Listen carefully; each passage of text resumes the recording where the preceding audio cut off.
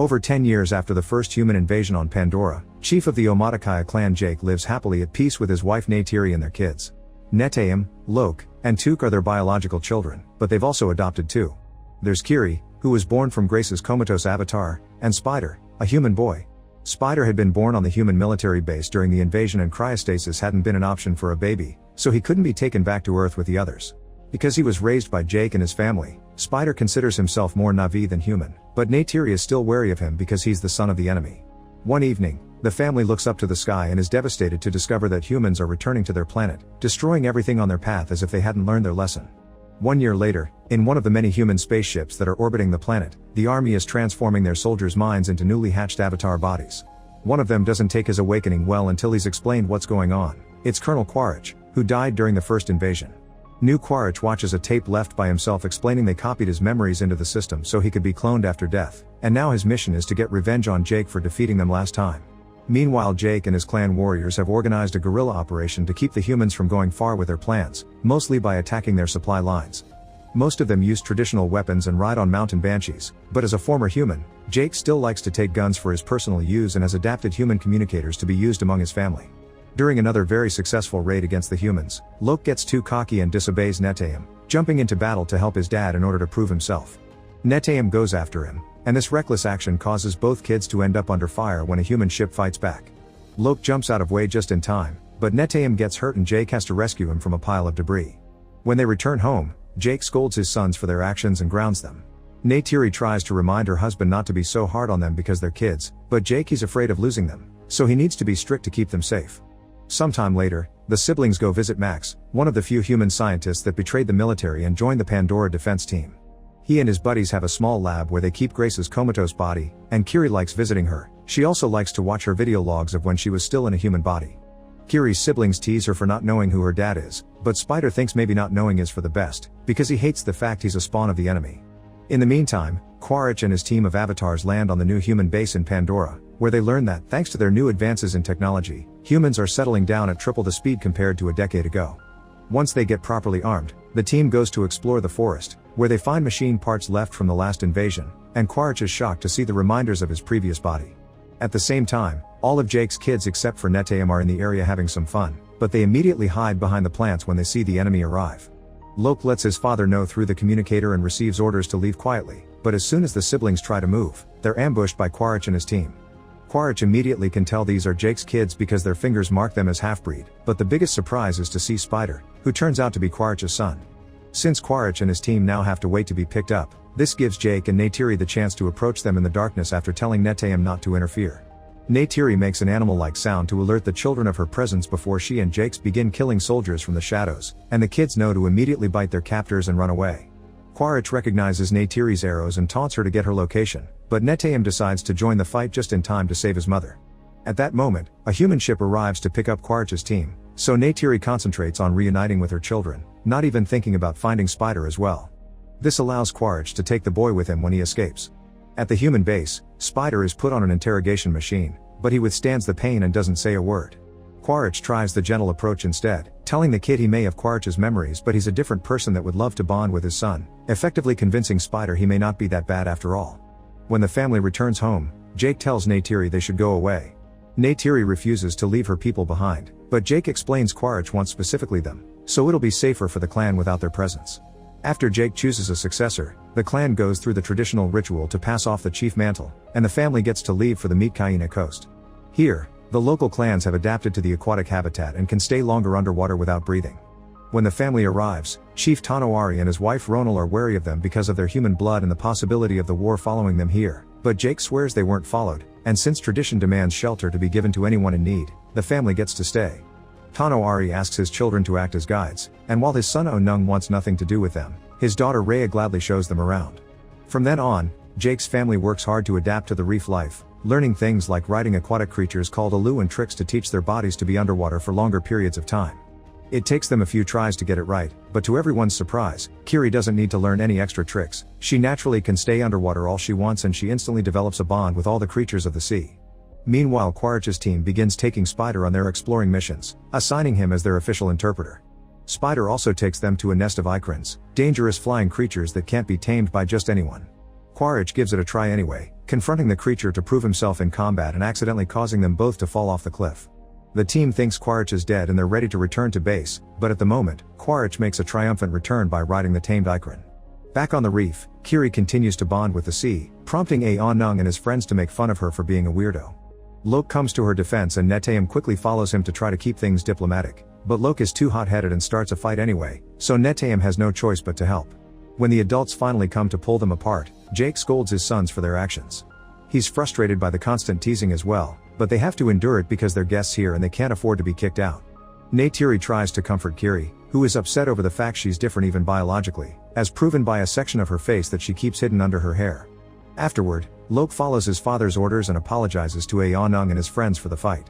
Aonung accepts the apology and takes Lok to a special remote area to teach him how to fish underwater, but while Lok is concentrating on his prey, Aonung and his friends leave because this had been a prank all along. Now Lok's stranded and has to figure out how to come back, but his thoughts are suddenly interrupted when he's hit by a giant sea predator.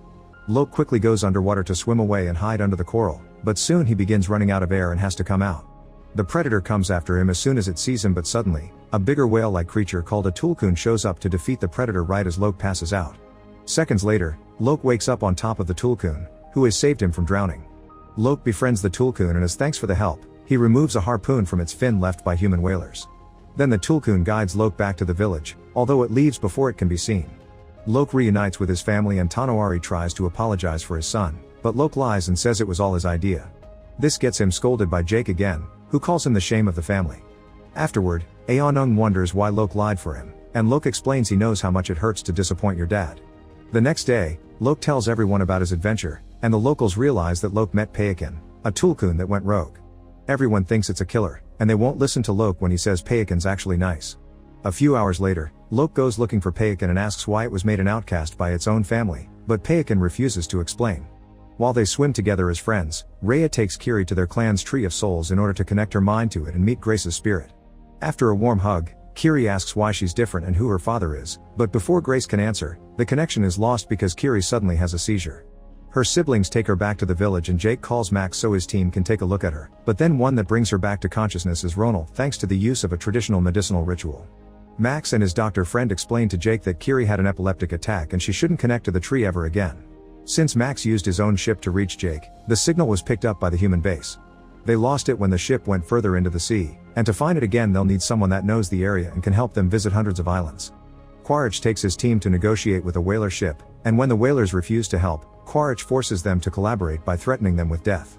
While a pod of tulkuns makes their annual visit to Tonowari's village, Quaritch and his men reach the first island and capture the locals to demand information on Jake. Spider finally gets to see how ruthless Quaritch is when interrogation turns violent and the boy has to stop his father from killing everyone just because they don't know anything. Unfortunately, Quaritch still orders his men to burn all the houses. The news of Quaritch arriving at the island soon reaches Tonowari, who warns Jake he's being chased after all. Neytiri wants to go after Quaritch to end things once and for all, but Jake asks her to be patient and make a proper plan. In the meantime, Lok goes to visit Payakan while his friends watch from the shadows to see if he's telling the truth. Lok wants to know why Payakan is an outcast, so the creature opens its mouth and Lok swims inside to connect his mind to Payakan's. This allows him to see the whole story. It turns out Payakan's mother was attacked by whalers and Payakan fought back to defend her, but its pod still kicked Payakan out because they're supposed to be a peaceful species and violence went against their beliefs. When the kids return to the village, Tonowari and Ronal furiously scold them for disrespecting Tulkun's culture. At the end of the day, only Rhea supports Lok and expresses how proud she is of him. Sometime later, Quaritch realizes that violence won't make the villagers speak, so he agrees to help the whalers hunt the Tulkuns, knowing that killing the creatures the locals consider their brothers will draw Jake out of hiding. Now Spider has to watch in disgust how the whalers send up ships to kill the Tulkuns with specialized weapons that can track the creatures' noises. To make matters worse, the only reason they hunt Tulkuns is to extract their brain enzymes in order to use them in anti-aging remedies, and the rest of the creature is wasted. The whalers throw the bodies back into the ocean and when the villagers find them, they immediately blame Jake and his family for it. They want to go out and fight back, but Jake presents them the tracker he found on a Tulkun fin and explains as a trap, so for now, they need to stay put and simply tell the Tulkun to swim away for safety. Lok realizes that nobody will warn Payakan because it's an outcast and he goes to do it himself, ignoring the warnings from his brother. Neteyam takes his sisters, Aonung, and Rhea with him to follow Lok, and they find him trying to remove a tracker from Payakan's fin. The group jumps in to help, but it's too late, the tracker has already sent their location to the whaler ship and it's coming for them. The siblings use their communicators to tell Jake of the incoming danger, and Jake alerts the whole village, who immediately grabs their weapons and jumps on their Illus to join the fight. The kids manage to remove the tracker and swim away with it to get the attention off Payakan, but this is exactly what Quaritch wanted and he sends his men after them. A rather long chase begins underwater, and since the kids need to stop to breathe, it gives time for the humans to catch up to Lok, Took, and Rhea, and they capture them with a net. As soon as Spider sees his siblings being brought abroad, he tries to fight to rescue them, but he's quickly overpowered by the humans and sent back inside while the kids are to tie the railing. At that moment, Jake and the rest of the villagers show up, but they quickly stop themselves from attacking when they realize their kids are hostages. Quaritch takes Lok's communicator and asks Jake to come alone if he doesn't want to lose his kids, but as Jake begins to come closer, suddenly Payakan shows up and jumps over the ship to land on top of it, destroying it with its fins and tail. It also keeps pushing away the soldiers because the bullets do nothing to it. Now the humans are distracted away from the kids, Jake calls the others to attack the ship, and the whalers turn around their boats to attack Payakan with harpoons, causing it to return to the water. A fierce battle begins between Na'vi and humans, and the Na'vi quickly gain an advantage thanks to their creatures being able to move faster in the sky and hide underwater. Kiri uses her bond with the sea life to send the plants after the submarines, and when the main ship begins catching fire after a boat crashes against it, Spider takes advantage of his position inside to activate the fans and spread the fire all over the vessel. He also begins to destroy the control panel. The ship eventually comes to a stop and begins filling with water. Meanwhile, Jake is going one-on-one against Quaritch. At first they use their weapons, but Jake runs out of bullets and sends his Ikran to attack Quaritch's, which causes both of them to fall into the sea. The whalers go after Payakan, shooting a harpoon with a steel rope at its end, but Payakan does another jump and uses that same rope to destroy the boat. At the main ship, Netayam finally manages to come aboard and free his people. The girls jump into the water but Lok wants to rescue Spider, so Netayam has to stay to help his brother. At that moment, one of the soldiers captures Kiri and brings her to the ship to tie her up as well, thus Took convinces Rhea to return to rescue her. As soon as they reach the ship though, Quaritch shows up, pushes Rhea back into the water, and captures Took as well. The humans are already leaving the sinking ship, meaning it's easy for Lok and Netayam to sneak around and attack them by surprise.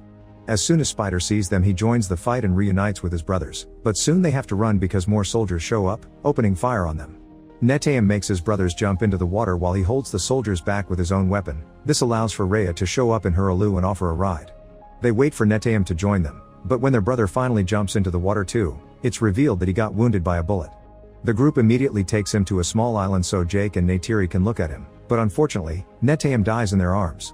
At that moment, Quaritch contacts Jake to tell him he has his daughters and once again asks him to come alone. Jake sends Neytiri away on her Banshee as backup, then returns to the ship with Spider as his guide. Lok is supposed to stay behind, but once again he disobeys orders and goes back to the ship too. The soldiers are in position waiting for Jake at the front, but Spider shows Jake how to sneak inside unseen, giving him the chance to throw a grenade and start a fire. Chaos and confusion follow the explosion, and this is used by Jake and Neytiri to jump in and begin killing soldiers all over the place. Neytiri is in berserker mode because of her grief, and it makes Spider too scared to approach her since he looks like the enemy. Jake manages to reach Took and free her, but Kiri is missing. It turns out Quaritch saw him coming and grabbed Kiri to use as a hostage. This makes Jake drop his weapons and Spider come out of hiding to beg for Kiri's life, prompting Neytiri to jump in as well to grab Spider as her own hostage.